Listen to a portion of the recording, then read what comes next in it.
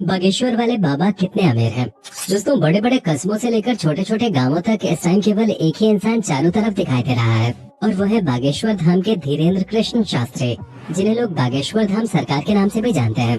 वैसे तो आपने इनके बारे में कई सारी बातें सुनी होंगी, इनसे जुड़ी बहुत सी चीजें देखी होंगी, लेकिन क्या आपको मालूम है कि हमारे बागेश्वर बाबा कितने अमीर हैं, इनके पास कितनी संपत्ति है और ये क्या क्या करते हैं। प्रवचन देने के अलावा भी इनके पास कोई काम है या फिर इनका जीवन केवल भक्ति को ही समर्पित है। तो आइए जानते हैं कि हमारे बागेश्वर बाबा की पर्सनल लाइफ कैसी है। दोस्तों, मध्य प्रदेश के छतरपुर जिले में एक बहुत ही नामचीन धाम है जिसका नाम है बागेश्वर धाम, जिसके बारे में आप सब भली भांति जानते होंगे।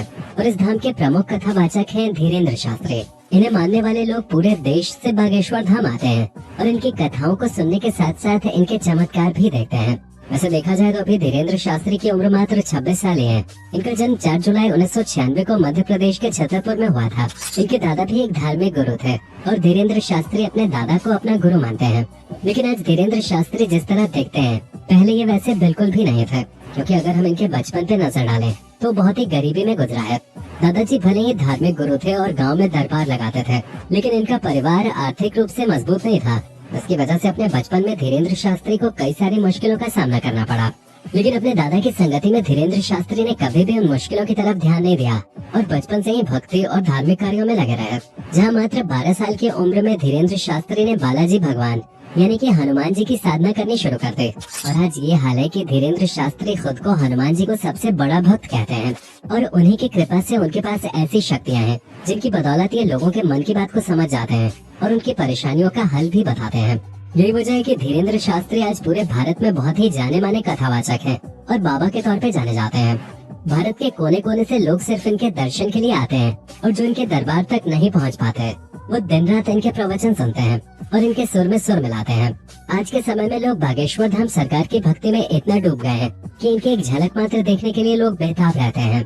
इनके धाम पर हर दिन हजारों लोग आते हैं और हफ्ते में 2 दिन मंगलवार और शनिवार को भीड़ और भी ज्यादा बढ़ जाते हैं। यही कारण है कि बागेश्वर धाम के आसपास की जितनी भी जमीनें छतरपुर में हैं, उनकी कीमत आज मुंबई, दिल्ली जैसे शहरों से भी महंगी हो गई है, क्योंकि वो जमीनें बाबा के धाम के नजदीक हैं। और यही वजह है कि धीरेन्द्र शास्त्री जी के ऊपर बहुत सारी सरकारी जमीनों पर कब्जे के आरोप भी लग रहे हैं और इस तरह के कई सारे विवाद आजकल सामने आ रहे हैं।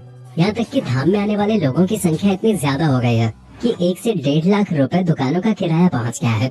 इन सब चीजों से बाबा बागेश्वर धाम सरकार को काफी ज्यादा फायदा होता है। अभी तो सूत्रों के मुताबिक बागेश्वर धाम सरकार यानी कि धीरेन्द्र शास्त्री की कुल संपत्ति 20 करोड़ से भी ज्यादा है। हो सकता है कि इनकी संपत्ति और भी ज्यादा हो और उसकी सबसे बड़ी वजह इनके भक्तों की बढ़ती संख्या है। धीरेन्द्र शास्त्री का असली काम कथावाचन करना है, जहाँ ये रामायण और महाभारत के किस्से सुनाकर अपने भक्तों को ईश्वर की भक्ति के लिए प्रोत्साहित करते हैं। और अपने इसी कथावाचन के लिए धीरेन्द्र शास्त्री देश के अलग अलग कोनों में, यहाँ तक कि विदेशों में जाकर कथा सुना चुके हैं और अपने शब्दों का जादू बिखेर चुके हैं। कहा जाता है कि जो कोई भी एक बार धीरेन्द्र शास्त्री की कथा सुन लेता है वो बार बार इनके धाम पहुँच जाता है, क्योंकि इनकी बातों में झलकती भक्ति और ईश्वर के लिए प्यार लोगों को अपनी तरफ आकर्षित कर लेता है। पर अब जाहिर सी बात है कि जब इतनी ऊंचाइयों को कोई छूता है तो उसे नीचा दिखाने वाले लोग भी सामने खड़े हो जाते हैं। और धीरेन्द्र शास्त्री तो इस वक्त फिल्मी हीरो से भी ज्यादा ट्रेंड कर रहे हैं। आए दिन कोई न कोई वीडियो यूट्यूब के ट्रेंडिंग पेज पे आ जाते हैं, तो कभी इनके वायरल वीडियोस देखकर लोग हैरत में पड़ जाते हैं। इसी वजह से धीरेन्द्र शास्त्री को सिक्योरिटी की भी खास जरूरत है, जो हर वक्त इनके आसपास मौजूद रहते हैं। वैसे तो कोई धीरेन्द्र शास्त्री के ऊपर वार नहीं करेगा, लेकिन अगर भूले भटके किसी की बुद्धि भ्रष्ट हो गई और उसने बाबा बागेश्वर धाम के ऊपर वार कर दिया तो सिक्योरिटी इनकी हिफाजत के लिए हमेशा खड़ी रहती है। वैसे दोस्तों, बाबा बागेश्वर धाम का कार कलेक्शन भी बहुत शानदार है।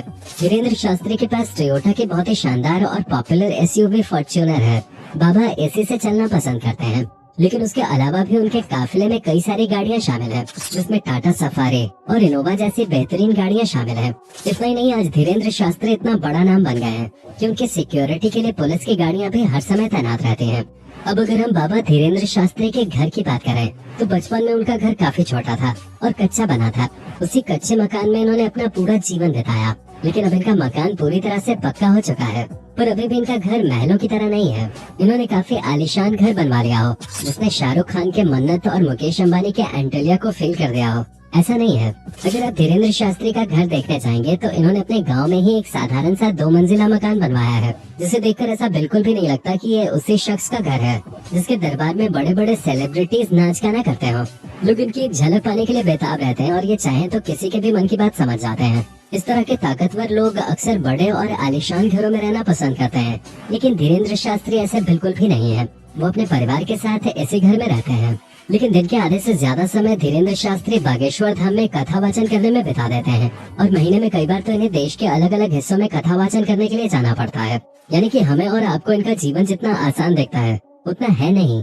धीरेन्द्र शास्त्री को भारत का नंबर 1 कथावाचक बनने के लिए बहुत मेहनत करनी पड़ेगा। लेकिन हाँ, ये बात भी सच है कि बाबा धीरेन्द्र शास्त्री जितने ही ज्यादा फेमस हैं, ये उतने ज्यादा विवादों से भी घिरे रहते हैं। वैसे तो गैर हिंदू अक्सर इनके खिलाफ लोगों को गुमराह करने के मुकदमे दर्ज करवाते रहते हैं और बागेश्वर धाम के आसपास की जमीन को कब्जा करने के भी आरोप धीरेन्द्र शास्त्री पे काफी लंबे समय से लग रहे हैं, जिसके तहत ये कहा जा रहा है कि बाबा बागेश्वर धाम सरकार ने अपने धाम के पास की सारी जमीनों पे कब्जा कर रखा है।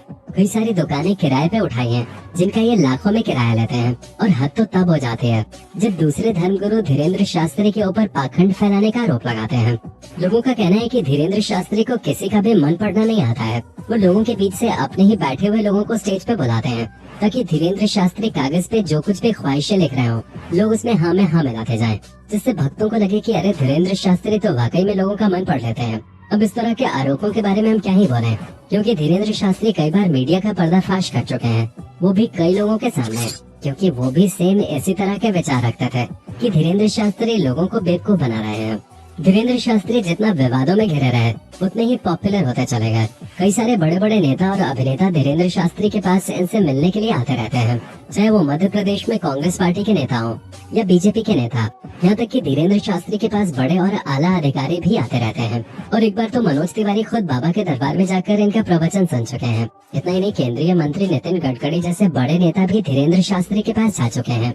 लेकिन जब धीरेन्द्र शास्त्री नागपुर के एक धार्मिक कार्यक्रम में जाते हैं तो महाराष्ट्र की कमेटी ने अंधविश्वास और जादू टोना को बढ़ावा देने का आरोप इनके ऊपर लगाया और इन्हें चैलेंज किया कि अगर आप इतने ही शक्तिशाली हैं तो अपने चमत्कारों को हमें दिखाइए। अगर ये सही साबित हुए तो 30 लाख रुपए इनाम भी दिया जाएगा। लेकिन बाबा धीरेन्द्र शास्त्री ने ये चैलेंज एक्सेप्ट नहीं किया। उल्टा महाराष्ट्र में चल रहे अपने प्रोग्राम को बीच में ही छोड़कर 2 दिन पहले ही वहाँ से चले आए। जिसके बाद महाराष्ट्र के उस कमेटी के श्याम मानव ने धीरेन्द्र शास्त्री के खिलाफ पुलिस कार्रवाई की मांग की और कहा कि अगर पुलिस ने कार्रवाई नहीं की तो वो लोग आंदोलन करेंगे।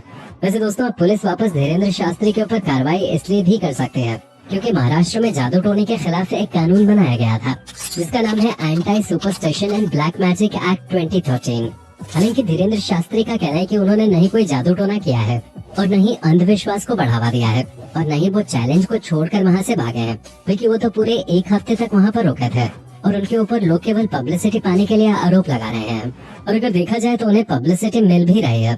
तभी तो न्यूज चैनल वगैरह में आजकल सिर्फ और सिर्फ इसी चैलेंज की बातें हो रही हैं, क्योंकि न्यूज चैनल वालों को भी पता है कि आज के टाइम में बागेश्वर धाम सरकार एक ब्रांड है, वो नाम है जिसको कहीं पे भी इस्तेमाल करके टीआरपी बटोरी जा सकते हैं, क्योंकि इनके भक्त तो इनसे जुड़ी खबरें देखते ही हैं। लेकिन जो लोग इनके खिलाफ हैं वो भी इनकी बातें सुनने में कोई कसर नहीं छोड़ते। वैसे आप बागेश्वर धाम सरकार के भक्त हैं या फिर आपको भी ये ढोंगी लगता है, कमेंट में जरूर बताइएगा। और इसी तरह के वीडियोस को देखते रहने के लिए चैनल को सब्सक्राइब करना मत भूलिएगा। धन्यवाद।